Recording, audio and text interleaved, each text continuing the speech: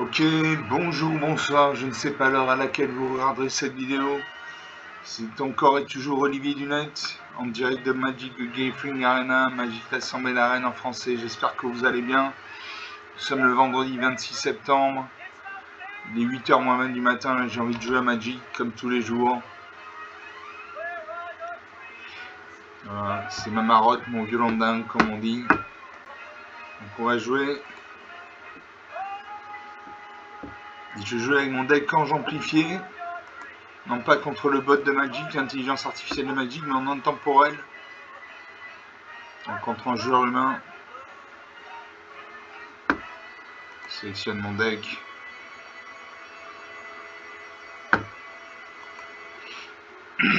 Donc on va jouer contre un joueur humain, donc ça va être un peu plus difficile que contre Sparky.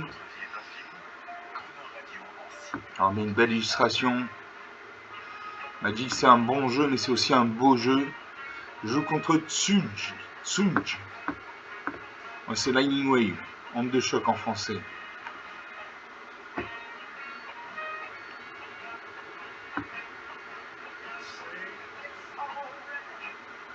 L'adversaire joue en première. J'ai une plaine, donc une mana blanche. J'ai deux montagnes, donc deux mana rouges.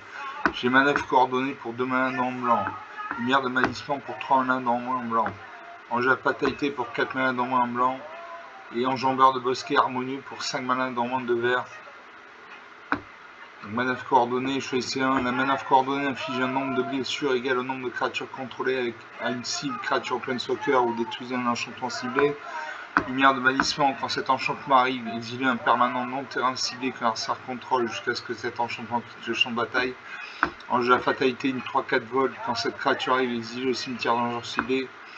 Et enjambeur de bosquet harmonieux. La force et l'endurance de l'enjambeur de bosquet harmonieux sont chacune égales au nombre de terrains qu'on peut vous contrôler. Donc on attend que l'adversaire choisisse de garder cette carte ou de déclarer un mulligan. Déclarer un mulligan, ça veut dire repiocher cette carte, c'est se défausser d'une carte, ça c'est le premier mulligan. Si ça ne suffit pas, vous pouvez faire un deuxième mulligan, vous repiochez cette carte, mais ce coup-ci, au lieu de vous défausser d'une carte, vous vous défaussez de 2 cartes. Vous pouvez faire un troisième mulligan, vous repiochez cette carte, mais au lieu de vous défausser de 2 cartes, vous défaussez de 3 cartes, etc. etc. Je vous conseille de faire 1 voire 2 mulligans. Si au bout du deuxième mulligan ça ne va pas, vous allez en haut à droite, vous voyez, il y a un petit engrenage, vous faites un clic gauche dessus, vous cliquez sur concéder, vous concédez la partie. Donc on attend que l'adversaire garde ses cartes ou déclare un mulligan.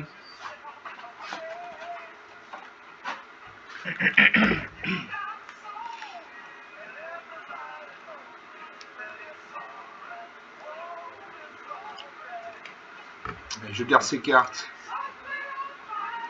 Je salue mon adversaire, ce coup-ci c'est un joueur humain. Je pose une plaine.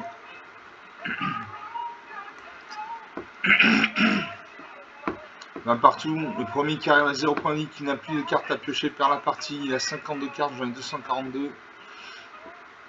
Il va avoir ses cartes.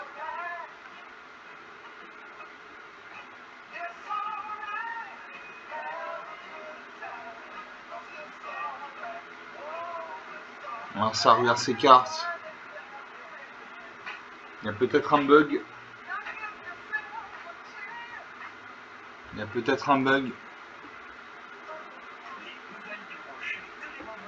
Le sablier se met en route, il a 30 secondes pour agir, sinon il passe le tour.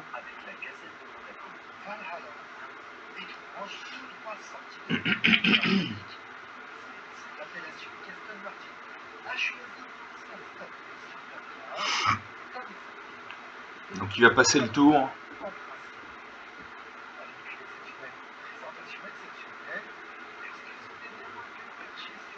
À moi de jouer, je pose une montagne. On va ça regarde ses cartes.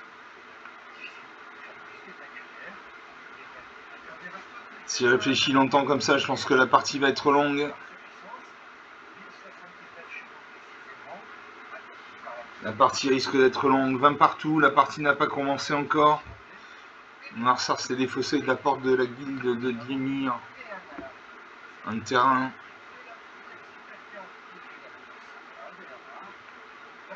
Le sablier se met en route. Marsar a 30 secondes pour jouer, sinon il passe le tour.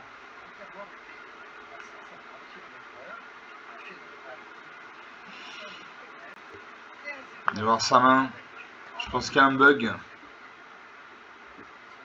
Je pense qu'il doit y avoir un bug quelque part.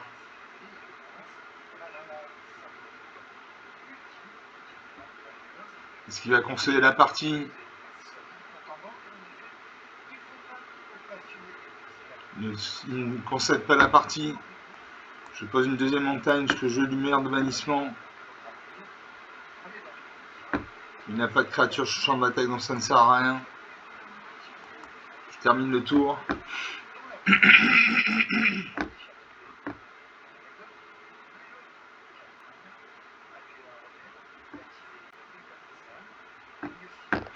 À mon adversaire de jouer. Toujours 20 partout.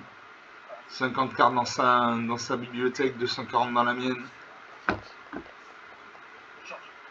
Il a mis de côté le surineur des embruns. Il a 8 cartes, donc il doit se défausser d'une carte. Une main, c'est 7 cartes. À moins que vous ayez une carte qui dise il n'y a pas de limite au nombre de cartes dans votre main. Sinon, une carte, c'est une main, c'est 7 cartes. Donc il va devoir se défausser d'une carte ou jouer une carte. La partie risque d'être longue.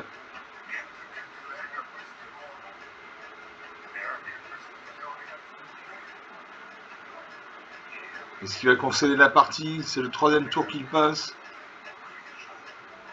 Il concède la partie, voilà. Donc il ne devait pas avoir de terrain. Sinon il aurait joué ses terrains. Donc une partie jouée, une partie gagnée. Par forfait, mais gagnée quand même.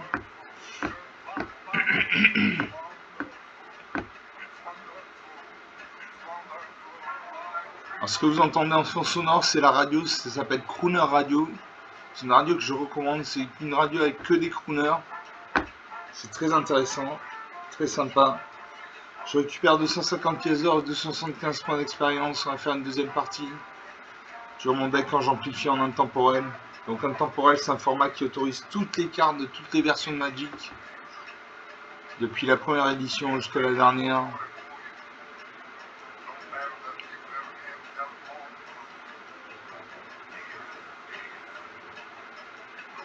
Et je me bats contre Sigma Nima.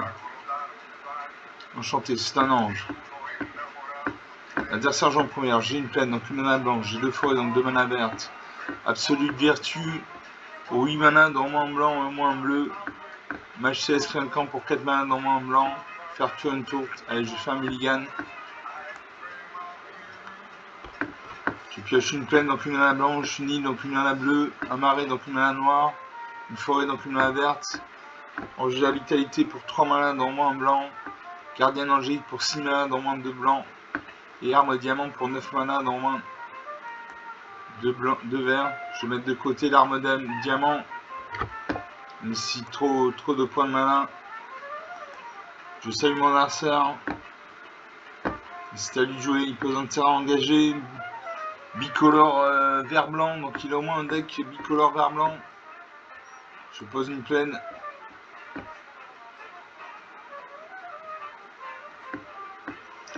L'adversaire joue. Pose une montagne. Donc il a un deck au moins tricolore vert, blanc, rouge. Je pose une forêt. À mon adversaire de jouer, elle aura ses cartes. Il y a un liseré blanc autour des cartes, avec elle aura ses cartes. Elle fait un recyclage de plaine, elle va piocher une carte de terrain de base dans sa bibliothèque, la mettre sur le terrain engagé.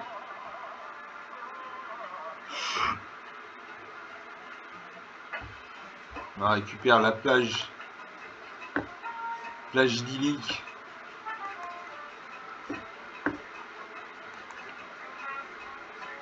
Donc elle a un deck vert, blanc, rouge, bleu, quadricolore. Moi de jouer, je joue un marais. Parce que je lance la vitalité, une 2-2 vol. Si vous devez gagner des points de vie, vous gagnez ce nombre de points de vie plus 1 à la place. Cette créature gagne plus 2 tant que vous avez au moins 25 points de vie. On n'y est pas encore, 25 points de vie. Donc c'est une créature 2-2 volante. Ce qui veut dire qu'elle ne peut être bloquée que par des créatures qui ont le vol à portée. Narsa invoque le chercheuse de l'innocence, une 3-3 survie. Au début de votre deuxième phase principale, si cette créature est engagée, piochez une carte si vous contrôlez une créature d'unité essence. Si vous ne contrôlez pas de créature d'unité essence, prenez un jeton de créature enchantement à 1 blanche d'unité essence. Je pose une île. Je siffle caustique.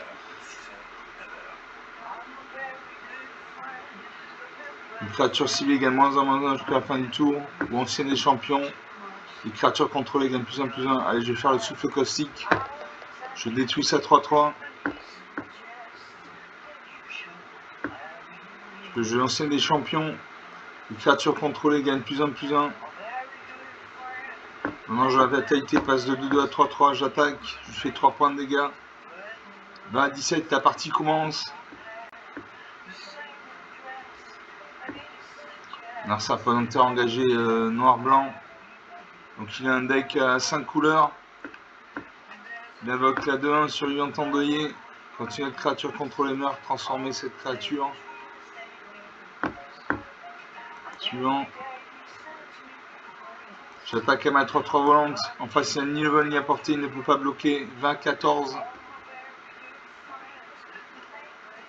À mon Narsa de jouer, elle aura sa main. Quand il y a un liseré blanc comme ça autour des cartes, c'est-à-dire qu'elle aura sa main. Et elle invoque. Elle m'attaque avec sa 2-1. 18-14. Elle invoque. Ryu, tranchant dans la tempête, une 3/3 initiative. Initiative, c'est-à-dire que la créature inflige des dégâts avant que l'adversaire ne puisse infliger des dégâts. À chaque fois qu'un samouraï ou un guerrier contrôlé attaque seul, dégagez-le. Si c'est la première phase de combat pendant au tour, elle suit une phase de combat supplémentaire. Alors moi, je peux jouer l'affaire de la serre verrouillée. Vous pouvez jouer un terrain supplémentaire pendant chacun de vos tours.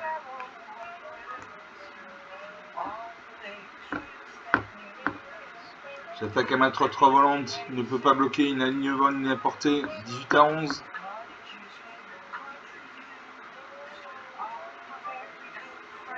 À mon Narsa de jouer, elle aura sa main. Elle réfléchit. Quand il y a un halo comme ça autour de son icône, ça veut dire qu'elle réfléchit. Elle aura ses mains à nouveau.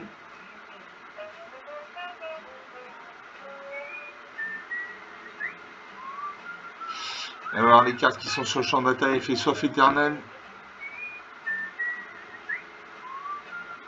Donc sa créature a le lien de vie. 13-15. Je pose une montagne. J'attaque ma 3/3. 13-12.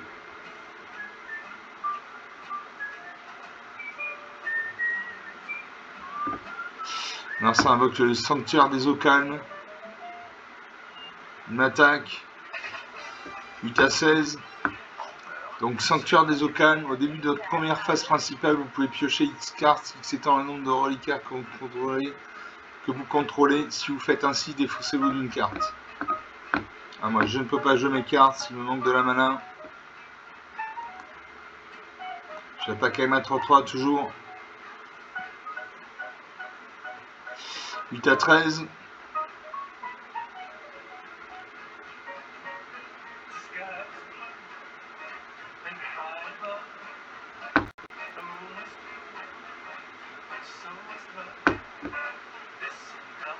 On a un sort de jeu, elle aura sa main. Elle se défait du Squall Leonard. On invoque l'enregistreur de phénomène.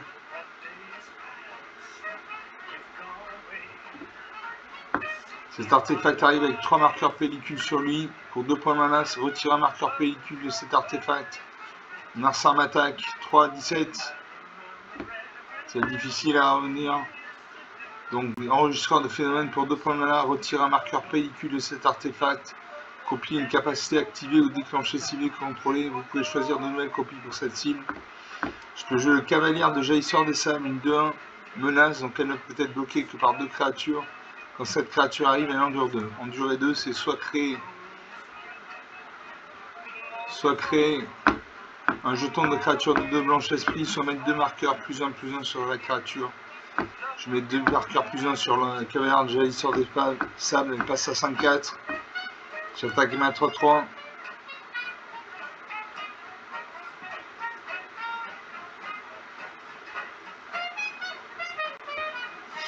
On sert de jouer.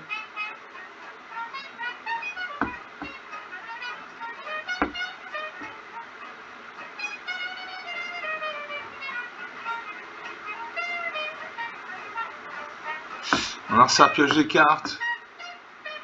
Elle aura sa main.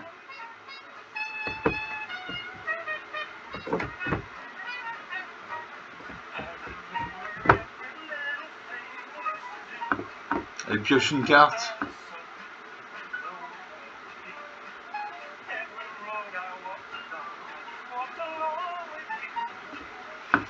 À mon adversaire de jouer, elle réfléchit, elle ouvre sa main.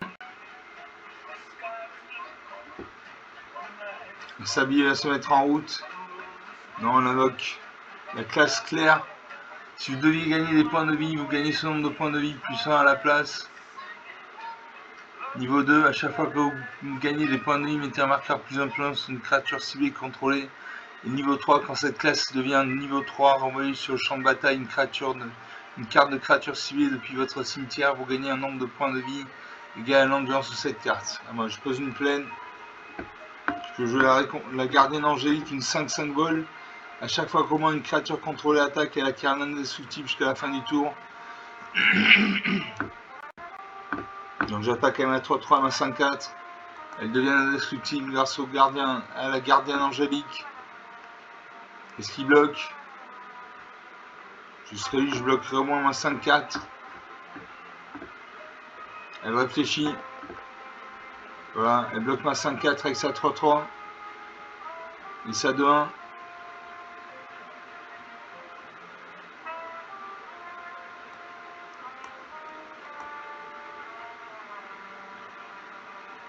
Voilà, 3 créatures meurent.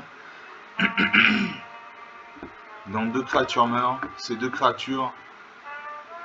3-15. Là, il faut faire une remontada.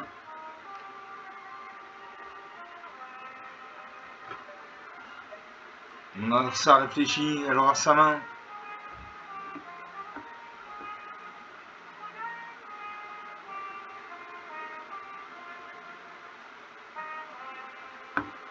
Elle réfléchit. La partie va être longue. Si elle réfléchit à chaque tour comme ça, la partie risque d'être longue. 3-15 toujours. 229 cartes dans sa bibliothèque, 230 cartes dans la mienne. Voilà, un sablier se met en route. Elle a 30 secondes pour agir.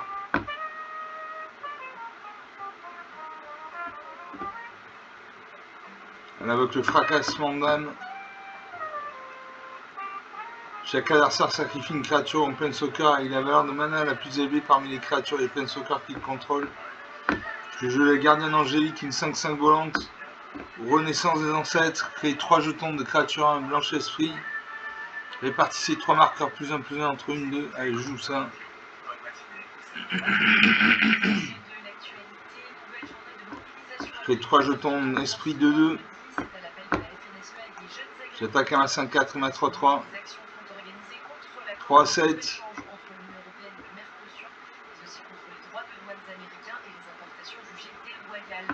Les réactions fusent après la condamnation de Nicolas Sarkozy hier. L'ancien président a été pris de 5 ans de prison avec mon adversaire pioche une carte. Association de malfaiteurs pour l'affaire des financements libyens de 2007. La droite dénonce une décision politique extrêmement sévère quand la gauche la qualifie d'historique en rappelant que personne ne peut au-dessus des lois. Mon adversaire de jouer aura sa main.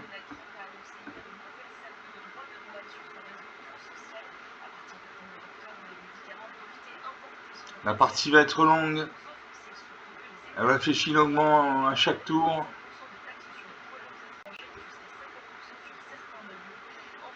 Un sablier va se mettre en route.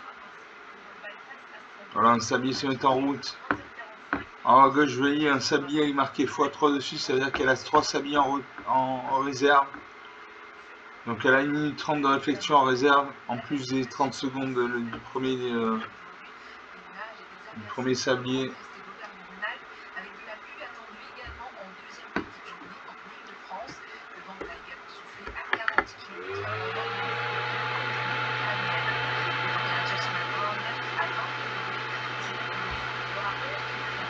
Encore mon adversaire de jouer. Elle invoque le gardien de la maison des dieux. 3-6 vigilance, prédiction. Prédiction pendant votre tour, vous pouvez payer 2 points de mana et exiller cette carte depuis votre main. Face cachée, lancez-la pendant un autre tour, puis en coup de prédiction. Ça concède la partie, très bien. 3 à 7, rien à dire. J'avais de la mana, j'avais des créatures. Un peu plus de 20 minutes depuis le début de cette vidéo, donc 2 parties jouées. 2 parties gagnées, je crois. Je suis plus sûr.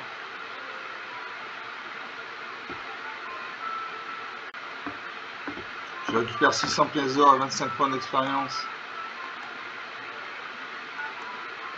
On va faire une 3e partie.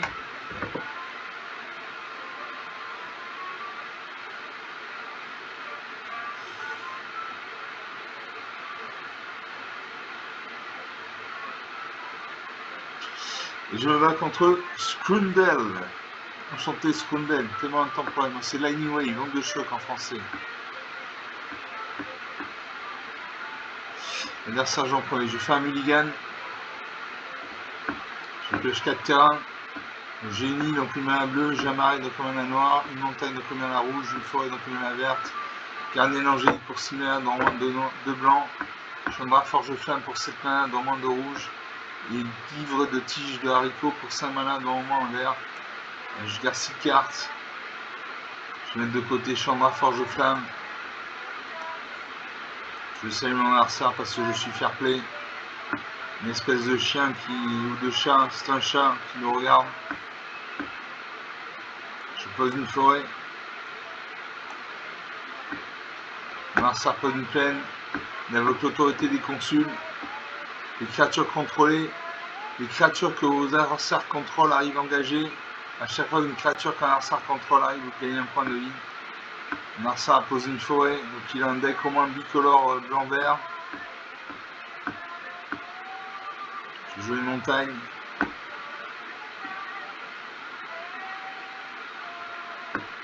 Suivant.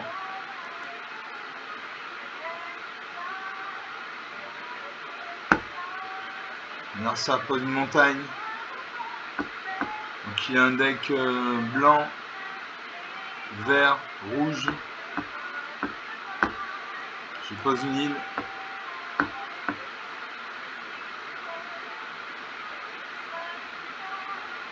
Je vais garder la cuivre de tige de haricot pour plus tard.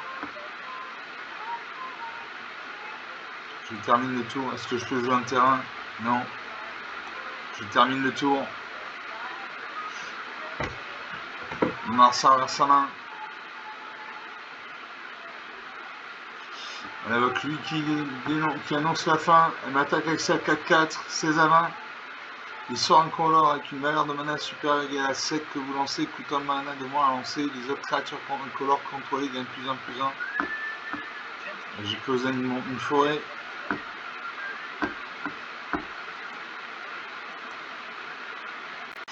Je termine le tour. À mon adversaire de jouer.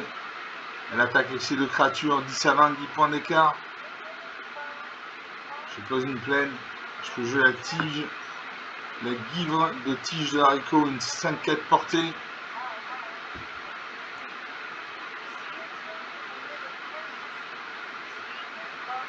Mon adversaire gagne un point de vie.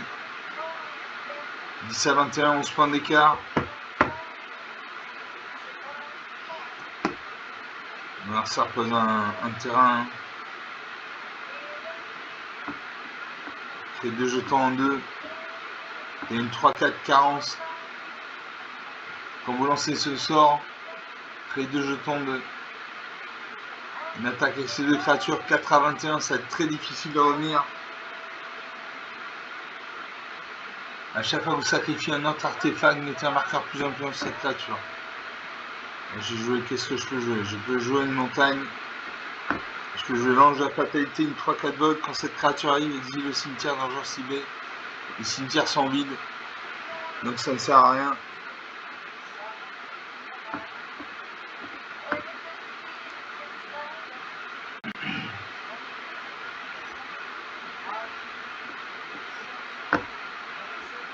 Mon Ça a gagné un point de vie grâce à l'autorité des consuls.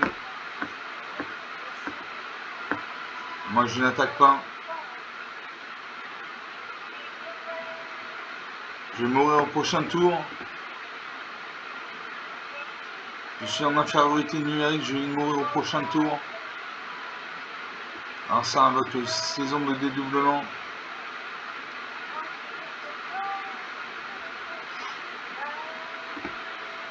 Là, moi je pose un arrêt.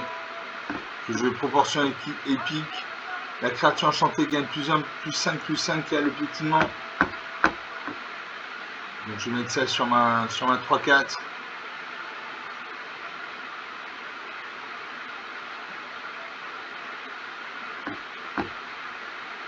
Voilà, ma 5-4 passe à 8-9.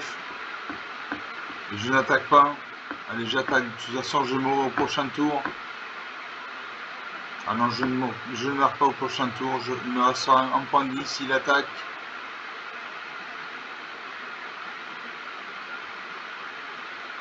Sa chrysalide gigotante passe de 5-6 à 6-7. Il invoque le garde des âmes. 1. À chaque fois qu'une autre créature arrive, vous gagnez un point de vie. Corps du héros. Au moment où cet artefact arrive, je vais laisser un type de créature. Le sort de créature de ce type choisi peut lancer, coûte un malin à lancer. Je pose un arrêt, parce que j'ai l'étincelle éthérique. Je l'active, c'est un planeswalker. Et je lui fais gagner un point de vie. Quand j'attache l'étincelle éthérique à une créature CE que je contrôle, je mets un marqueur plus un point sur cette créature. Je mets sur ma 7 carte, sur ma 5 cartes, elle passe à 6-5. Je n'attaque toujours pas.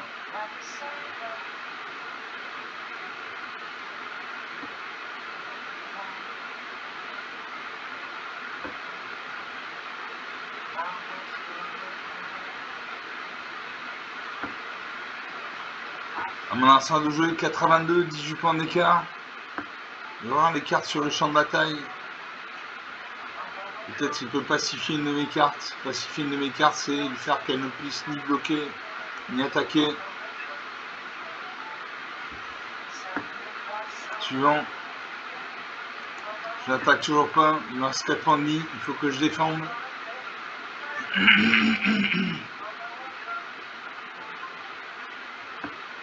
Narsa invoque la voie de l'annihilation.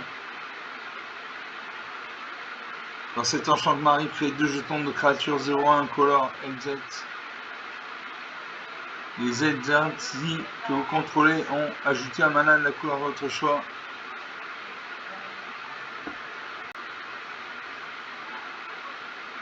Narsa gagne des points de vie. Il booste sa chrysalide gigotante à 12-13. Je joue la vitalité perpétuelle, une 3-3.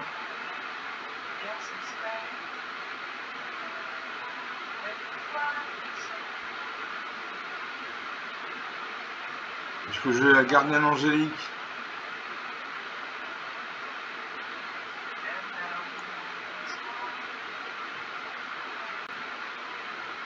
Voilà, ma vitalité perpétuelle est engagée. Narsa a gagné des points de vie, 4 à 30, 26 points d'écart. C'est très difficile à revenir.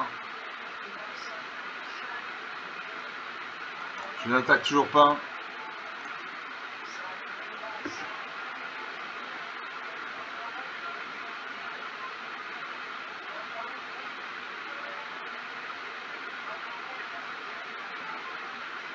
À mon arsenal de jouer. Alors sa main, elle invoque l'avant-garde des titans.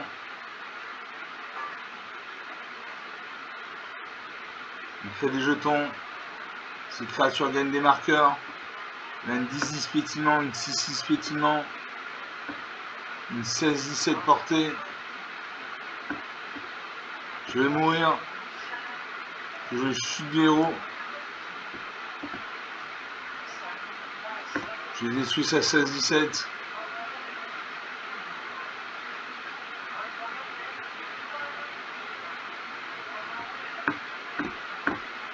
Suivant. Je n'attaque toujours pas. Je garde mes créatures pour défendre.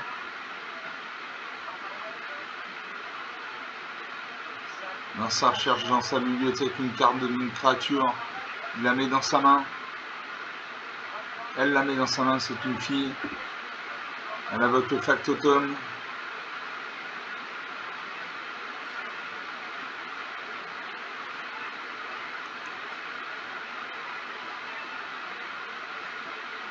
Elle gagne des points de vie.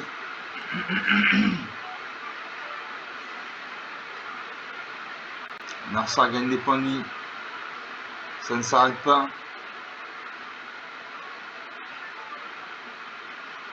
Elle engage ma 5-5 et ma 8-9. Elle les enchaîne. Les créatures ne peuvent ni bloquer ni attaquer. Et là je vais mourir. Là 2, 4, 20. Elle a 24 créatures sur le champ de bataille, donc je vais mourir. Alors est-ce qu'elle va jouer au chat et la souris à m'attaquer avec une ou deux créatures, ou est-ce qu'elle va attaquer avec toutes les créatures? Ça on n'en sait rien.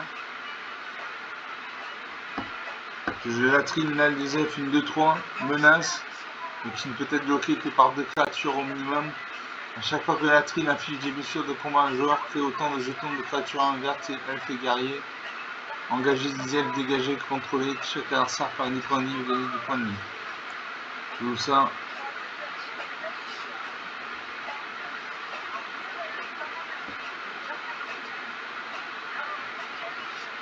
Narsar gagne des points de vie.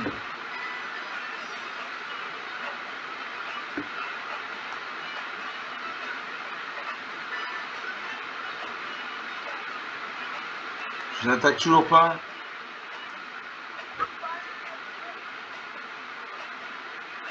Narsar recherche une carte de créature dans sa bibliothèque. Il peut la mettre dans sa main.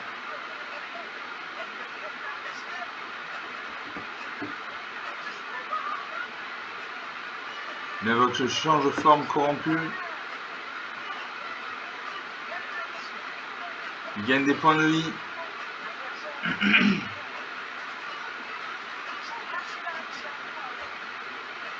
Il gagne encore des points de vie.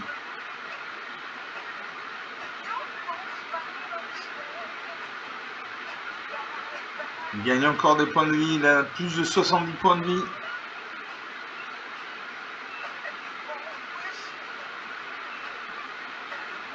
Il y a une soixantaine de cartes de créatures sur le champ de bataille.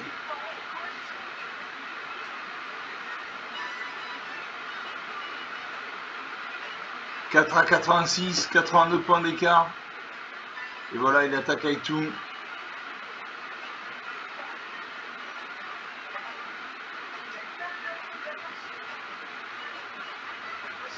Il attaque avec tout.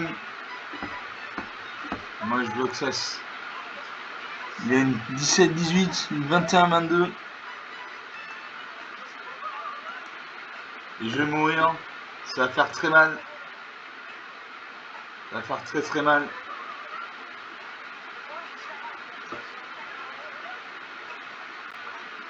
Ah, c'est un score dantesque.